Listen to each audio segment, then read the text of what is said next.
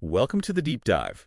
You're here to get up to speed quickly, and today we're really getting into present moment awareness, living in the now. We've looked at the sources, trying to pull out the core ideas, clear things up a bit, and, give you actionable steps, ways to stop that constant mental chatter. Yeah, that mental wandering.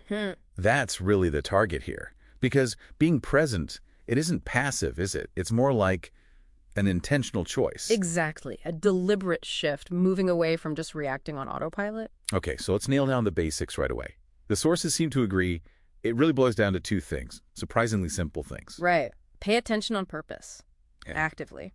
And crucially, do it without judgment.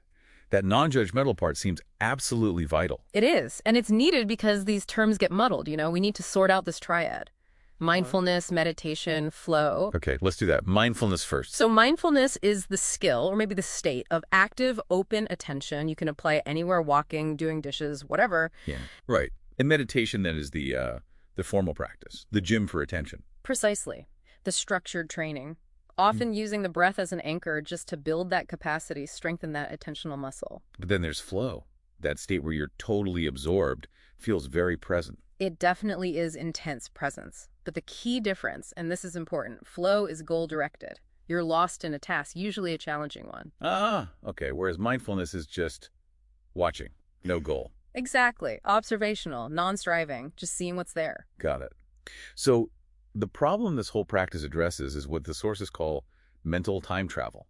Our minds constantly jumping back to ruminate or forward to worry. Constantly. And when it gets excessive, it's like a serious leakage of vital energy. That's a great phrase from the sources. Leaking energy, because you're trying to control what hasn't happened. Yes. Or relitigating the past. It's that fear-based attempt to manage uncertainty, and it's apparently the main source of psychological stress. Okay, but this isn't just about feeling less stressed, right? There's actual brain change involved. Neuroplasticity. Absolutely. The mechanism involves learning to decenter. This literally rewires neural pathways. Decenter, meaning? It means observing your thoughts and emotions from a detached perspective, watching them drift by like leaves on a stream instead of grabbing onto them. So you create a bit of space between you, the observer, and the thought itself. The sources talk about a gap of no mind here. Is that just the inner narrator shutting up for a second? That's it, exactly. That critical, planning, worrying voice just pauses. And in that tiny gap, that moment of observation without getting hooked, that's where you find the choice. Intention over reaction. Okay, so bring you back to the listener. What's the payoff? If you get good at this decentering thing, what changes? Well, you gain a kind of veto power over those emotional hijacks, the things that lead to burnout. Cognitively, you get sharper focus, you make more intentional decisions. And social. Big impact there, too. Better empathy, deeper listening. Because you're actually there in the conversation, not just planning your reply while the other person talks. Right, but let's address this common hang-up. Yeah. The perfectionism trap. People try meditating, their mind wanders, and they think, I failed. Oh, yeah, that's a big one. But it's completely missing the point. Perfect stillness, that's not the goal. It's probably impossible anyway. So the skill isn't staying present, but... It's the returning. The gentle, repeated act of noticing you've wandered and bringing your attention back.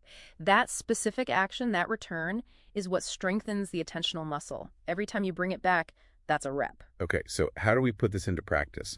Formal sits are the foundation, maybe, but daily life. Integration is key, like mindful monotasking. Just focus completely on one thing at a time. It actually reduces the cognitive load. Instead of trying to juggle 5 things mentally. Exactly. And when you hit those barriers, judgment, I'm bad at this, self-compassion is the antidote. Just accept that minds wander. It's what they do. Being kind to yourself about it is crucial. Which leads us towards this idea of surrender. Yes. The sources suggest that unhappiness stems from this buildup of psychological time, too much past, too much future, crowding out the now. Surrender means accepting what is this moment without fighting it. Because the resistance itself is the problem. That's the idea. If you truly accept the moment, the struggle, that primary energy drain, starts to dissolve. Wow. So the final thought here is quite profound. The only reality you actually ever experience is now. That's it. Choosing to really honor and accept this present moment instead of constantly pushing against it with worry or regret, that's where freedom from struggle lies. Peace isn't about changing the moment, but fully inhabiting it, accepting it.